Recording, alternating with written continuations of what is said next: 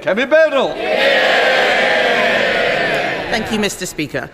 Divisions between Ukraine and the US only serve Vladimir Putin. President Zelensky is right to try and rebuild his relationship with President Trump. He is keeping a cool head under very difficult circumstances. And I was glad to see President Trump receive his letter positively. What is the Prime Minister doing to help rebuild their relationship after a challenging week? Minister. Well, she's absolutely right that we need to do everything we can to ensure that the US, Europe and Ukraine are working together on lasting peace. And I'm doing everything I can to play my part in that, in regular contact with all of the key players at the moment, including talking to President Zelensky yesterday afternoon. Mr. Speaker, I thank the Prime Minister for that answer. All of us in this House know that the British Armed Forces are a huge source of pride to our country. They put themselves in harm's way to defend our values. As the opposition, we support efforts to resolve this conflict, but we cannot write a blank cheque. If British peacekeeping troops in Ukraine were attacked, whether directly or via proxies, we could be drawn into conflict with Russia. Can the Prime Minister reassure all those who are concerned about the UK being drawn into war? Minister. Yes, that's the last thing anybody wants to see.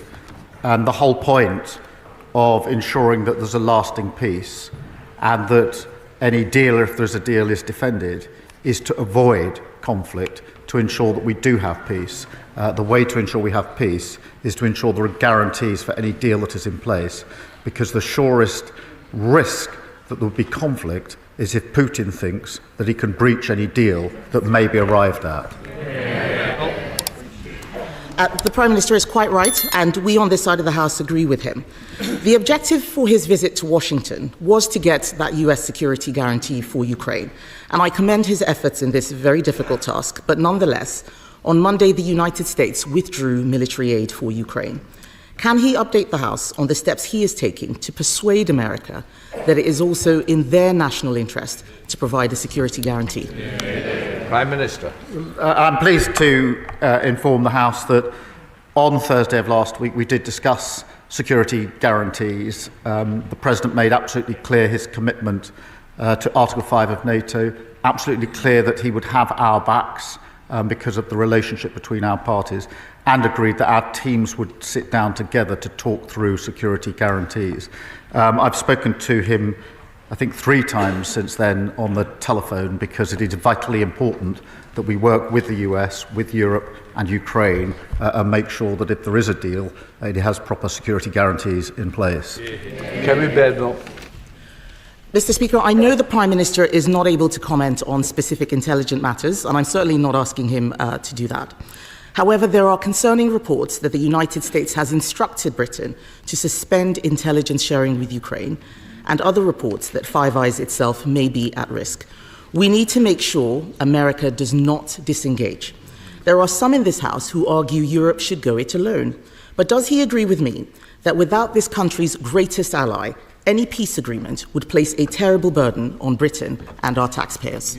Prime Minister. Well, I do agree with her wholeheartedly, and that's why in the debate we had just 2 days ago, I've always been clear that we need to ensure that the US, the UK, Europe and Ukraine are working together, but we must not choose between the US and Europe. We never have historically, and we're not going to do so now.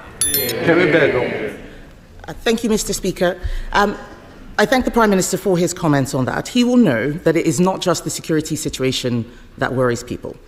They are also concerned about trade wars and the economic impact of tariffs, like those levelled on Canada and Mexico yesterday. The best way to avoid America putting tariffs on Britain is to reach agreement on a US trade deal. Following the Prime Minister's trip to Washington, have talks on a UK-US trade deal begun? Prime Minister. Well, I was pleased in the meeting I had last week that we did discuss an economic deal and agreed that our teams would indeed sit down rapidly to talk through an economic deal, and that is what they're doing, because, as she rightly says, that is far better than getting drawn into conflict in relation to tariffs. Kemi Badenoch. Thank you, Mr. Speaker. I'm glad the Prime Minister has confirmed that those talks have started. People across our country are worried. They're worried about national security. They're worried about whether we can equip our military fast enough. They are worried about whether we will deploy troops in Ukraine and whether we will be able to keep the peace. They are also worried about our economic security. Can we afford all this? The world is changing fast, and we need an entirely new approach to our economy and our energy security. The budget last year halted growth with higher taxes and higher borrowing. Yesterday, farmers were protesting in Whitehall again. People are hurting. Will he now change course so we can have the economic security we know we need for our national security? Prime Minister. We were doing so well.